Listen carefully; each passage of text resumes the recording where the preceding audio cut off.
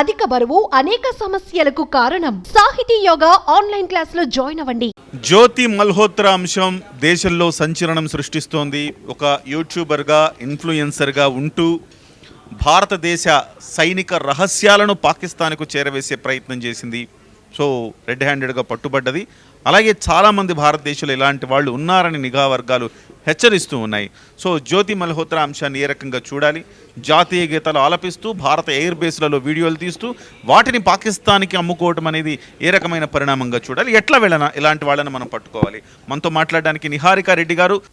యూట్యూబ్లో చాలా వరకు మనకి సోషల్ మీడియా న్యూస్ ఛానల్స్ అంటూ స్టార్ట్ చేశాయండి. They are not satellite channels, కానీ మంచిని చెప్తున్నప్పటికీ కొన్ని ఛానల్స్ ఉన్నాయి స్పై ఏజెన్సీగా పనిచేయడం. ఇప్పుడు క్లాసిక్ ఎగ్జాంపుల్ మీరు చెప్పినట్లు స్పై ఏజెన్సీగా పనిచేయడం, లేకపోతే మన ఇన్ఫర్మేషన్ని వాళ్ళకి ఇవ్వడం, వాళ్ళ ఇంట్రెస్ట్ని ఇండియాలో ప్రమోట్ చేయడం ఇతర లాంగ్వేజెస్లో. ఇలాంటివి మనం గమనించున్నప్పుడు 3 లెవెల్ ఆఫ్ ఆర్గనైజేషన్స్ వాళ్ళని ఖండించాలి. ఒకటి, గవర్నమెంట్ లెవెల్లో ఒక సంస్థని ఎస్టాబ్లిష్ చేసి ఈ media channel so called social media ఛానల్స్ని రెగ్యులేట్ చేస్తూ ఒక బాడీని తీసుకురావాలి. కనీసం వాటి మీద అవగాహన, అంటే ఏం చేస్తున్నారు, ఎటువంటి ఇన్ఫర్మేషన్ ఇస్తున్నారు, ఎవరు వాళ్ళ సబ్స్క్రైబర్ బేసు, వాళ్ళకి మనీ ఎక్కడి నుంచి వస్తుంది, దీని మీద నిఘా ఖచ్చితంగా ఉండాలి.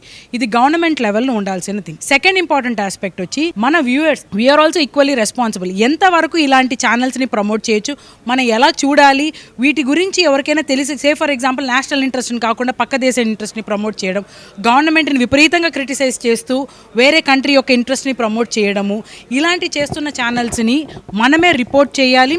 రిపోర్ట్ చేయడమే కాకుండా ఇలాంటి వాళ్ళ మీద స్ట్రింజెంట్ యాక్షన్స్ తీసుకోవడం, అంటే ఎఫ్ఐఆర్ లాంటిది నమోదు చేస్తూ వాళ్ళ మీద ఇన్వెస్టిగేషన్ జరిపించాలి. మనము ఒక సివిల్ సొసైటీగా స్ట్రెంగ్తన్ అయితే తప్ప ఇలాంటి స్పై ఏజెన్సీస్ కానీ ఇలాంటి వ్యక్తులని మనం అరికట్టలేము. స్ట్రింజెంట్ యాక్షన్ తీసుకోవడం అనేది చాలా ముఖ్యం. విపరీతమైన ఇన్ఫర్మేషన్ ఉందండి, లోడ్ అవుతుంది. ఎట్ ద సేమ్ టైం ఎటువంటి సెన్సర్షిప్ లేదు, ఎటువంటి కంట్రోల్ లేదు, ఎటువంటి రెగ్యులేషన్ లేదు. ఇది చాలా దారుణము. రెగ్యులేటింగ్ అథారిటీస్ లేకపోతే దేశం ఎటువైపుకి వెళుతుంది అనేది నిజంగానే ఫ్యూచర్లో మనకి చాలా భయం వేస్తుంది. ఎస్పెషల్లీ సెక్యూరిటీ ఏజెన్సీస్ లాంటి సెన్సిటివ్ ఇన్ఫర్మేషన్ లీక్ అవుతుంది అంటే ఇతర దేశాల కోసం ఈ దేశంలో పనిచేసే వ్యక్తులు చాలామంది ఉన్నారు. So it's high time that the government has to intervene. Social media channels మీద ఒక రెగ్యులేషన్ అంటూ తీసుకురావాలి. At the same time as any citizen everyone should be vigilant. మనమే ఒక రిపోర్ట్ చేయడమో, లేకపోతే వాళ్ళ మీద ఎఫ్ఐఆర్ నమోదు చేయడమో, వాళ్ళ మీద రిపోర్ట్ చేయడం, ఇలాంటివి చేస్తే తప్ప ఇలాంటివి మనం అరికట్టలేము. ధన్యవాదాలండి.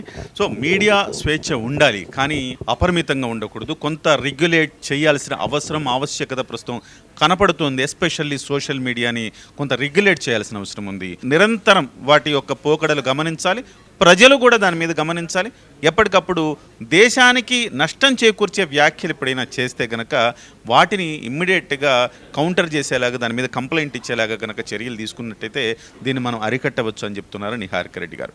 సుమన్ టీవీలో మీ పర్సనల్ అండ్ బిజినెస్ ప్రమోషన్స్ కోసం కింది నెంబర్కి కాంటాక్ట్ చేయండి.